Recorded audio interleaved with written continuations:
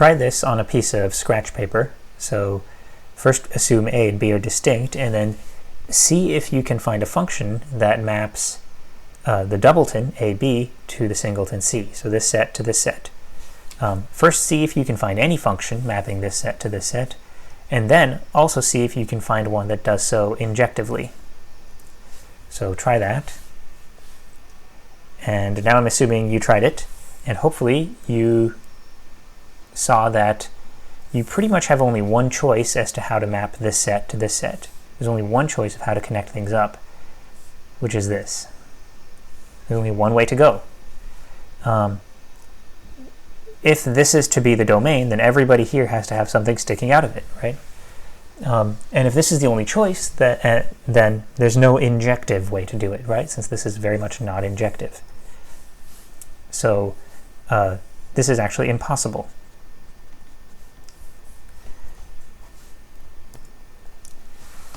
Okay, now try this one on a piece of scratch paper. So can you find a function mapping the singleton C to the doubleton AB, and that does so surjectively? And here we're assuming A and B are different. So first see if you can find any function mapping this to that. Maybe even this is impossible. So can you do this? And then see if you can do it surjectively. Okay, now I'm assuming you have tried it, and hopefully you found that it is possible to find a function mapping there to there. And there are two choices. You could either do this, or you could do this, right? You definitely can't do this. This would not be a function, right? That would just not be a function. But you have two choices, this one or this one, for a function mapping here to there. But neither of the choices is surjective, right? Both of those choices leave somebody behind. This one leaves A behind. So this also seems to be impossible. So what I'd like to do in the rest of this video is prove these facts which appear to be intuitive from just drawing pictures. The pictures are not proofs. The proofs will use the definitions. So it will be nice to see how we can turn this very easy intuitive idea here and here and prove these formal claims that if A is different from B and F is a mapping of this type, then it is definitely not injective. No matter what F you came up with, it is not injective. And if A is not equal to B and F is a mapping of this type, then regardless of what F is, it is definitely not surjective. So this is a good exercise in proof writing. Okay, so at this point I've reached, I think, time for the lecture. Like I'm a little over actually the 50 minutes that I'm usually allowed to talk at you for. So I promised you in the last video that I would try to keep these shorter, and I think I've come up with a solution to both trying to show you enough detail and trying to keep things short. What I've done for this lecture, and what I'll try to keep doing, is move all of the core content, the most important stuff, towards the beginning, and then make the last part with the additional details optional. So they're there, but not seeing them is not going to harm you on the quiz, and seeing them is sort of up to you, whether you feel like you would like to see the details or the extra practice, or you're just interested in how to do certain things. Okay, so from this point on, it's optional. All right, still here. So I'm going to move this off to the side here and work on these separately. And now I can do this without trying to rush. So let's see.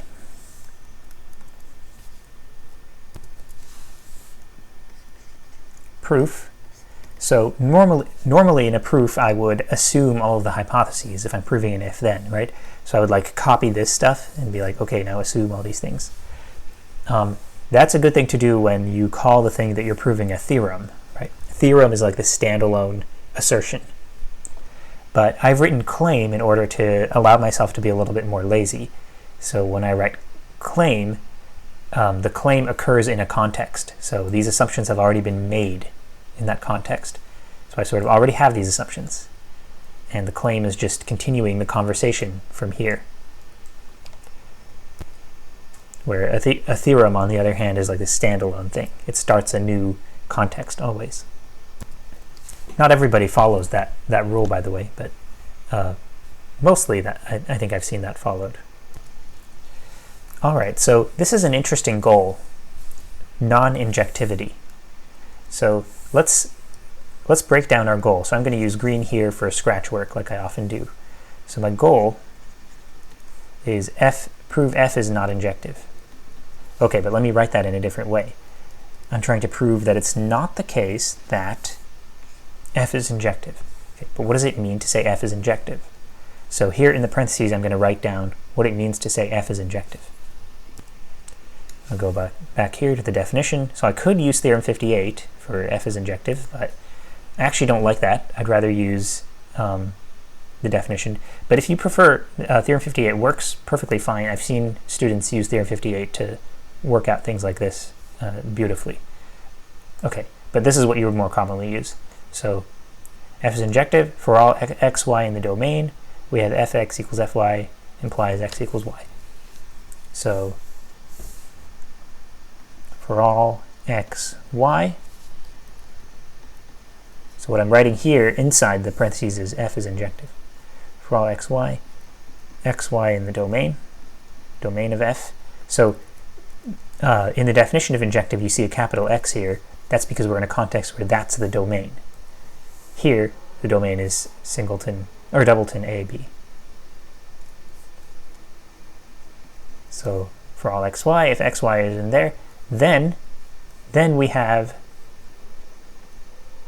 for all x, y in there, then we have this implication. So the conclusion is itself an implication.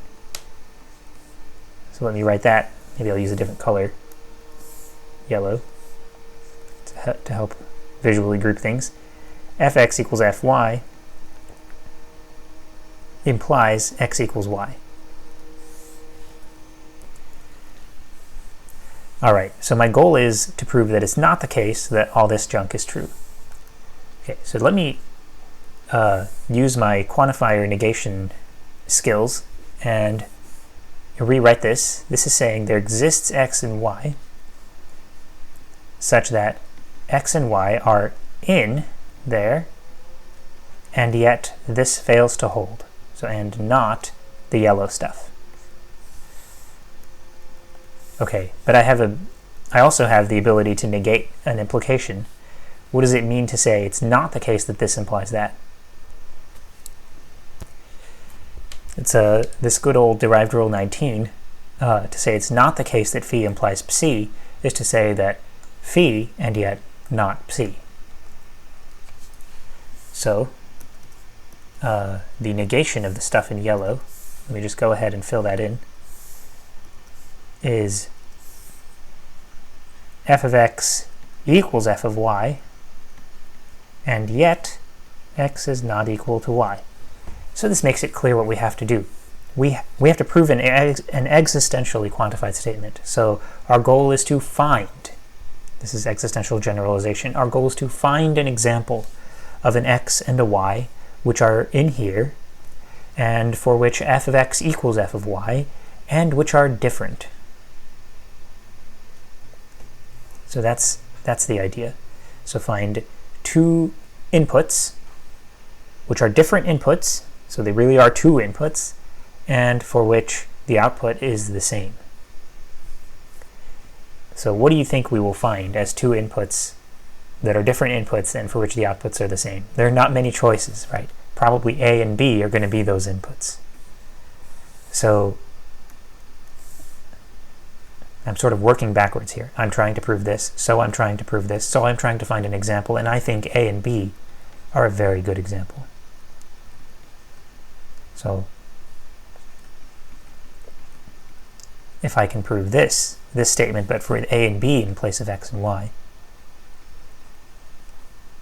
then that would be good, right? That would do it. Okay, well, parts of these I actually have for free. A not equal B, that's one of my assumptions. That's why I assumed that, right? If I did not assume that, then back here in my picture, this picture would be all wrong because these two different looking dots would in fact be the same dot.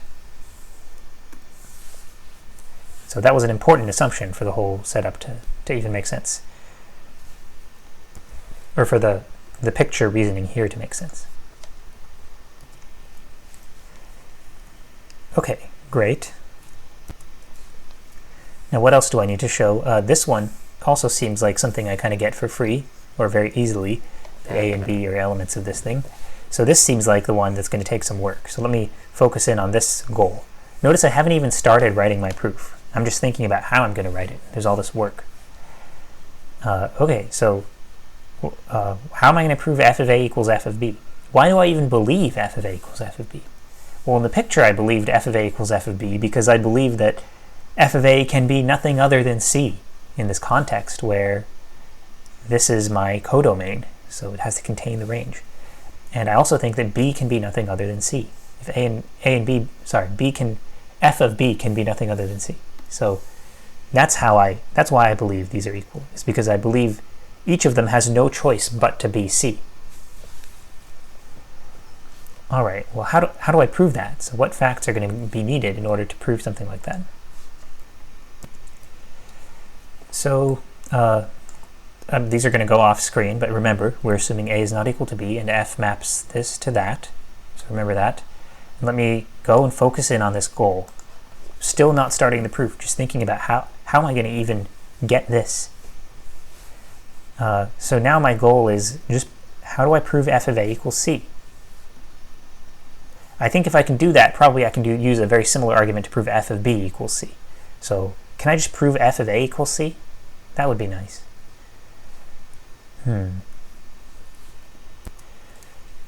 Well, this is a statement about an evaluation, the evaluation f of a. So one option is to use the essence of evaluation result, which says that f of a equals c is the same as saying ac, the pair ac is an element of f. So I could try to prove this. This is one way to go.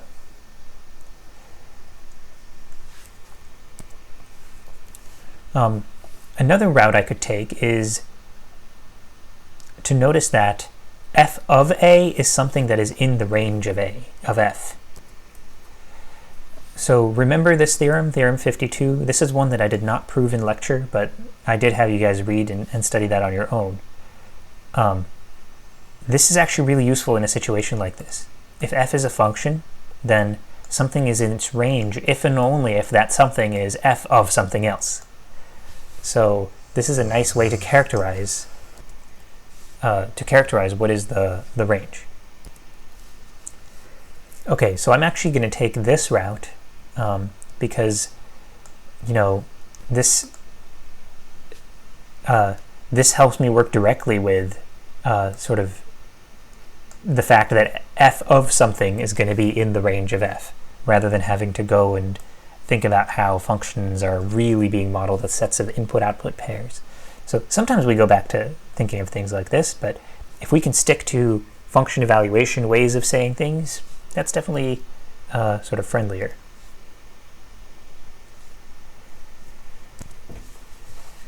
So this is a great way to go, but I'm not doing this. Instead, I'll try to prove f of a equals c by pointing out that thanks to theorem 52,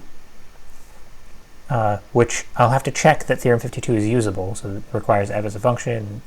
It requires f as a function in order to be used, which I think I have that. But just scratch work for now. I think I could use theorem 52 to argue that f of a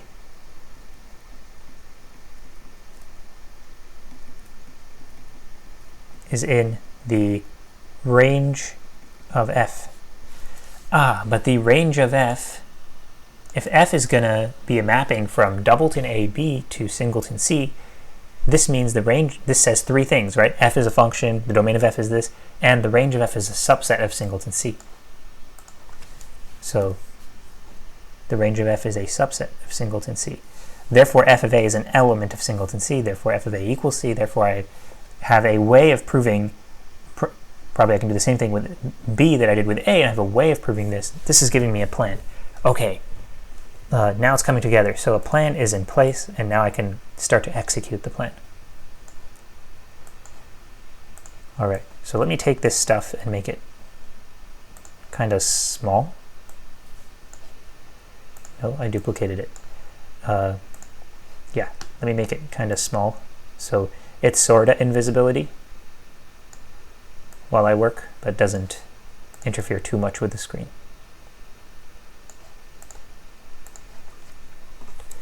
All right, so the first thing I'm going to do is point out that, let's get these obvious things. No, let's get to this when it's relevant. Let's do this first. Let's do this and try to prove f of a equals f of b. So, yeah, let's start by applying theorem 52. So I'm going to start here, applying theorem 52. So theorem 52 requires that I know f is a function. Okay, that information is contained in here. Since f maps this set to that set, this has three things, one of which is f is a function. And it also says, another one of the things it says is that the domain of f is this. Now, why am I highlighting that fact that the domain of f is this? Because I'm going to use this part of theorem 52, this part, that I am, that f of a is f of something in the domain of f. So then, since the domain of f is this, a is in the domain of f. Okay, if I were putting in more details, I would probably say something like a equals a, so a equals a, or a equals b, so a is in doubleton ab, so a is in the domain of f. But that was a couple of weeks ago, the way we would write. Now we kind of allow ourselves, we know how to write that argument, right? We all know. So since the level at which we write is so that people in the course who have reached up to this point where you are now would understand, I think people up to this point would understand. Not just understand, but know how to get from here to there. Everybody knows how to do it, so I don't need to write it. Okay, so then a is in the domain of f. Therefore, by theorem 52, so theorem 52 requires f as a function. Got that. And it's an if and only if. It's a double arrow. And what I'm saying is I have this side, where what's playing the role of y is f of a. So f of a is equal to f of a, where a is in the domain of f. So therefore, by theorem 52, f of a, which is playing the role of y in my application of theorem 52, is an element of the range of f.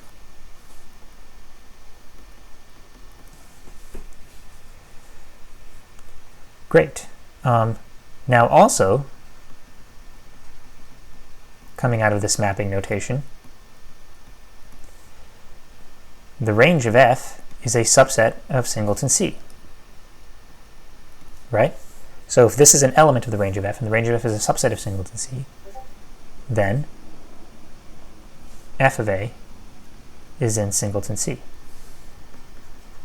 Thus, f of a equals C. By a similar argument, so similar kind of thing, but instead of a, you use b, we have f of b equals C. Thus, f of a equals f of b.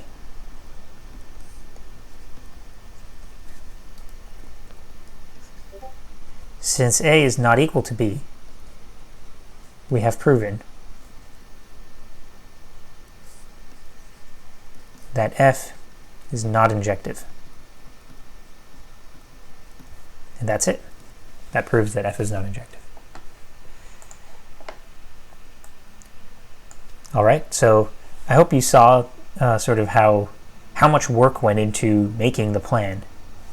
And once that work is done, then there's a separate, sometimes also challenging because it's a writing challenge, but a separate task of executing the plan and writing things out. And often one is backwards from the other, right?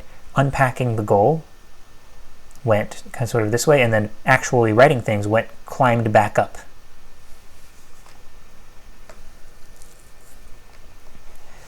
Okay, and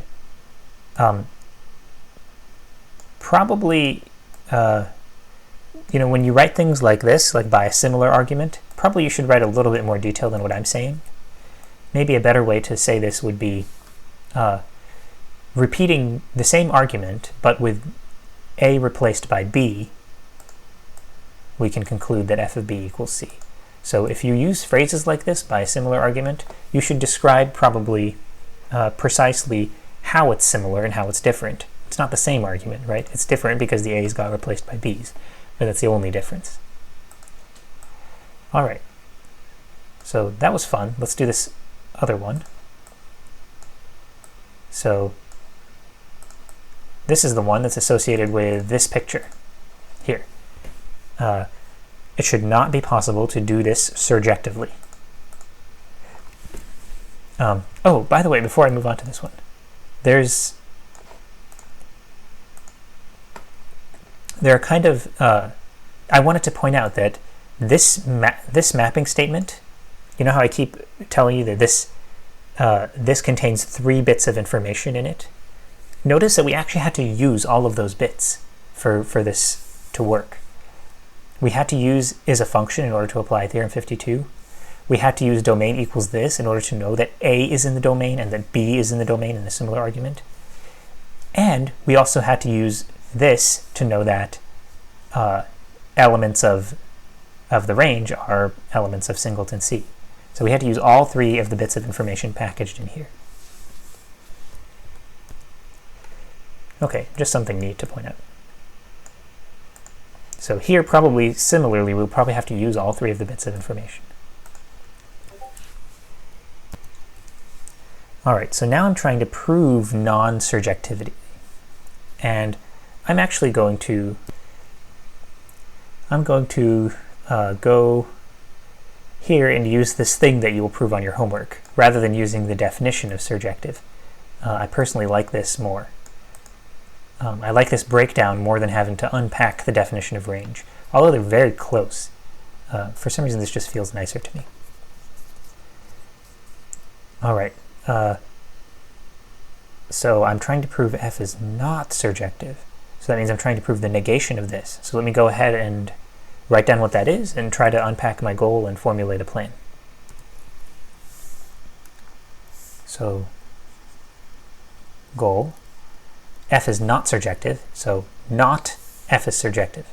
Okay, so that means not for all elements of the range, for all, let me call them little y, not for all little y that are in there. We have there exists a little x back in the domain, such that f of little x equals little y.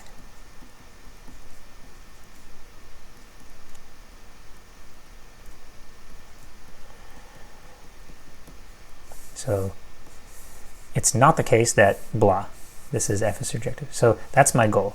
And I'm going to have to reference, since I'm using theorem 59 as my characterization of surjectivity, I'm calling it a characterization because it's an if and only if. So it goes both ways. So since I'm using theorem 59, I'm going to have to reference that somewhere, since this is how I'm describing my goal. Okay, so you'll see where. Now let me use my quantifier negating skills. So this is, there exists y, such that y is in there, and yet it's not the case that, and then this stuff, right? But now let me further push the negation. So further pushing the negation, this flips around and becomes for all x, x is in, yeah, so let me put it this way.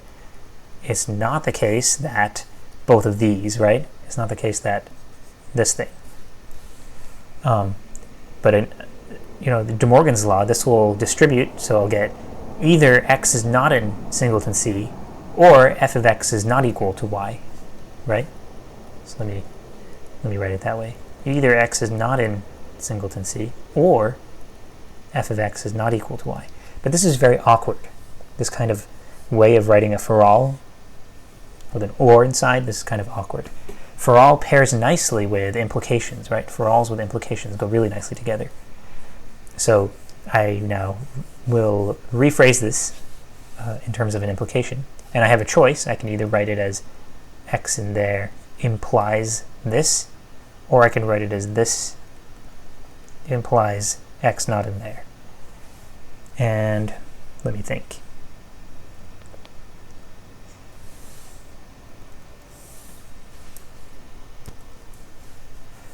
I think I prefer this first one. So let me write it like this. If x is in singleton C, then f of x is not equal to y. So let me read this to myself, what my goal is. Let's see, so this is saying there's something in the domain so with the property that, oh, I'm sorry, this is not the domain, it's the codomain. There's something in the codomain, or the target, the output space, so that for any given thing in the domain, f of that thing is not the first something. Okay, that was kind of complicated. Let me use the word output to refer to y, and the word input to refer to x, since in this statement it looks like x gets fed into f, and y is the thing that might or might not come out. Here, not coming out. So this says there's an output, a potential output, some element of the codomain. There's a potential output for which every possible input is not really going to lead to that as an output. So this is another way of saying that there's somebody that gets left behind. It's kind of this this picture, that either C is going to go there and then A gets left behind, or C is going to go there and then B gets left behind. So I'm going to try to prove this exists statement. So my goal is to find somebody that gets left behind. So my goal is to find somebody who's not f of anybody. You know, I find this to be more complicated than if I were to go ahead and use the definition of surjectivity. So, you know, I'm actually going to change my mind. Usually when I'm trying to prove a function is surjective, I would use this. But proving a function is not surjective, maybe it's easier to organize and explain what's going on if I use the original definition. So I'm actually going to go back on what I was saying, that I always prefer this. I feel that this is a little overly complicated.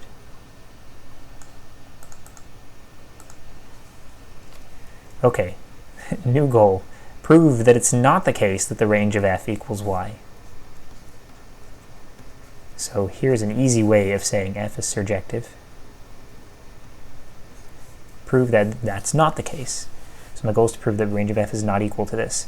So since I already know that the range of f is a subset of this, if I'm going to prove they're not equal, I have only one hope for how to do that, which is to prove that the other inclusion fails. So my goal is to prove that it's not the case that this is a subset of the range of f. That's my goal.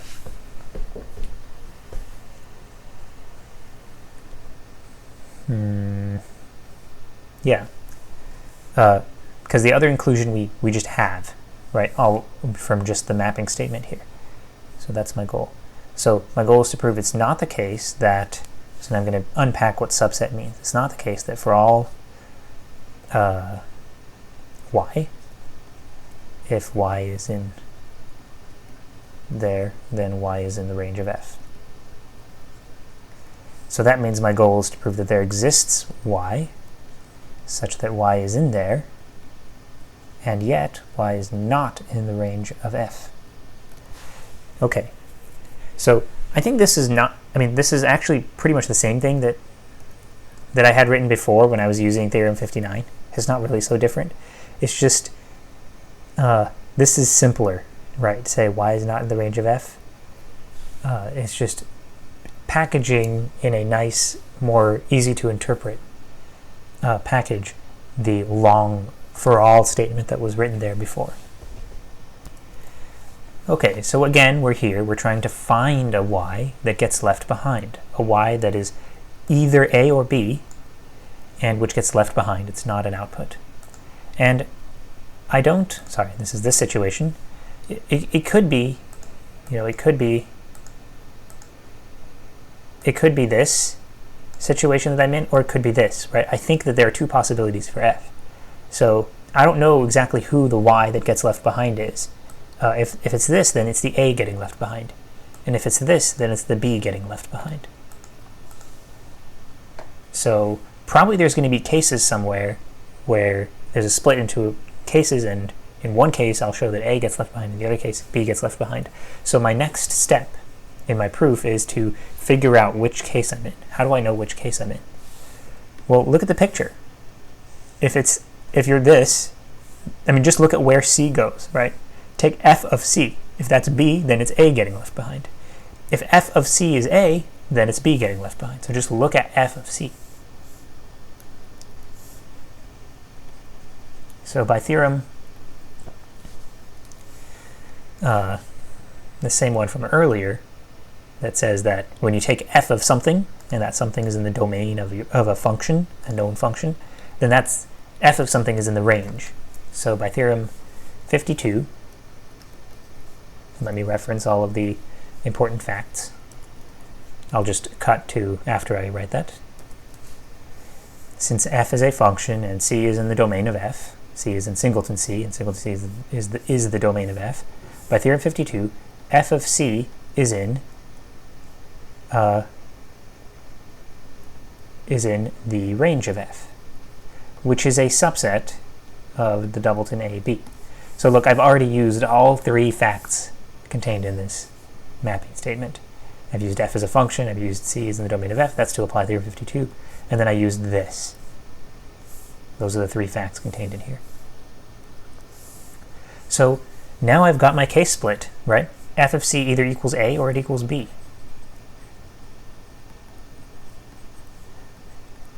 There I'm using the definition of doubleton.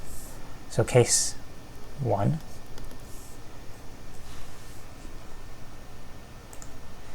Let me do the same thing I did before where I shrink this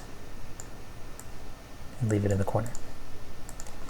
So case 1, suppose that f of c equals a.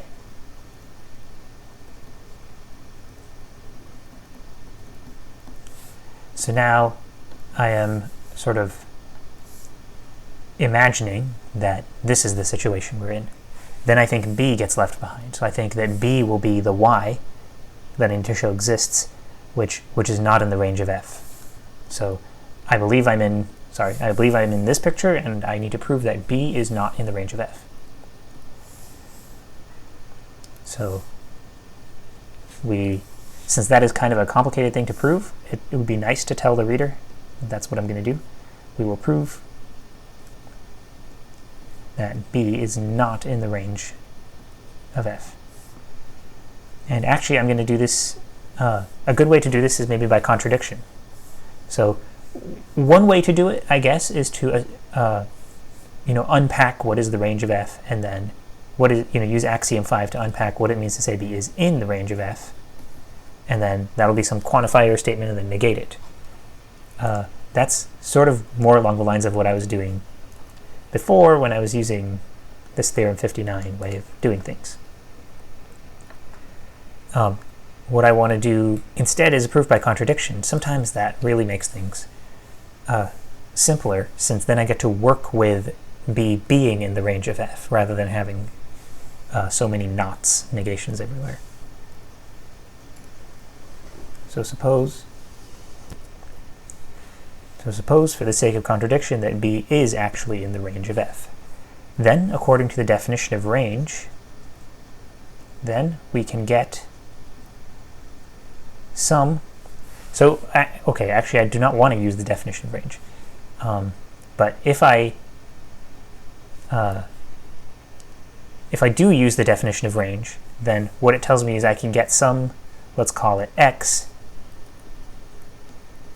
such that the pair x comma b is an element of f, right? Yeah, I could do that. I think we also have a nice, where is it? Yeah, it's theorem 52 again, a nice characterization of range. that if something is in the range of f, then it is f of something in the domain. So I'm going to go ahead and use theorem 52 again, so that we can get some. So this is perfectly fine, and then I would use essence of evaluation to conclude that x is in the domain of f and f of x equals b. But instead I'm going to skip a little bit using theorem 52. So I'll get around a bit of work. Then we can get some x in, then by theorem 52,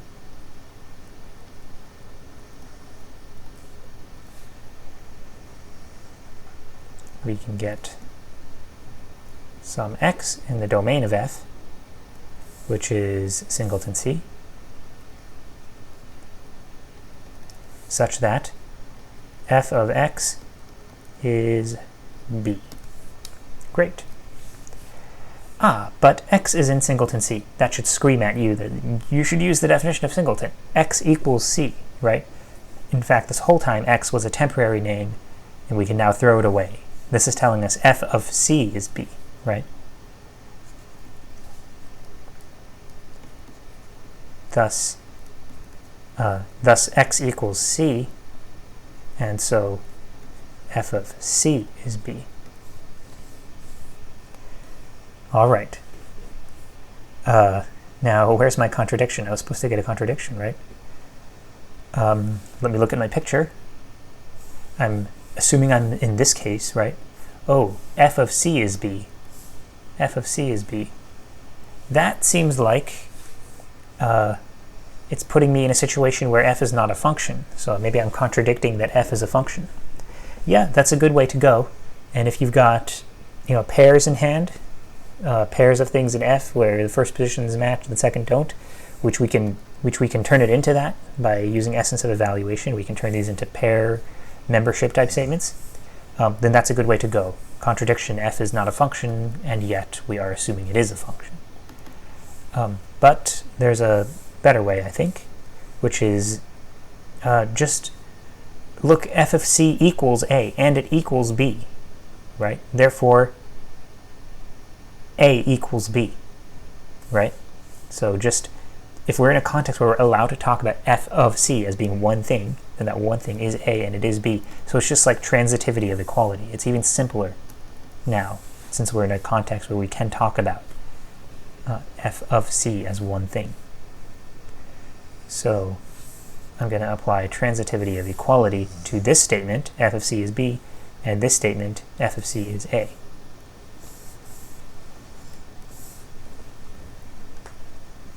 But then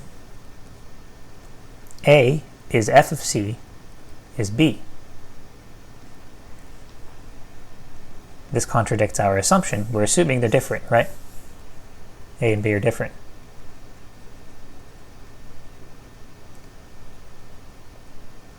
This contradicts our assumption.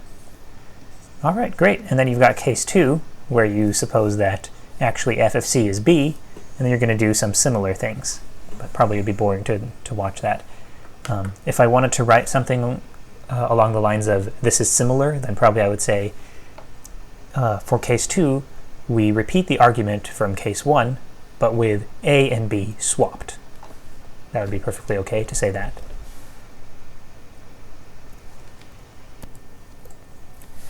Okay, and that's it for the the optional part of this lecture. So hopefully that was some good practice with the definitions and with looking at how unpacking goals and making a plan before you start the proof, how important that is. It's almost, that took more time than actually writing the proof, right? And if you got this far, then I'm impressed that you were able to sit through that much of me talking. I don't know if I could sit through that much of someone talking about this stuff. Personally, doing it is really fun for me. So sitting here doing these proofs is a lot of fun. But I totally understand that it's not that interesting to see someone else do it. So I hope you get a lot of chances to do practice on your own with the homework problems. Okay, so I'll see you next time.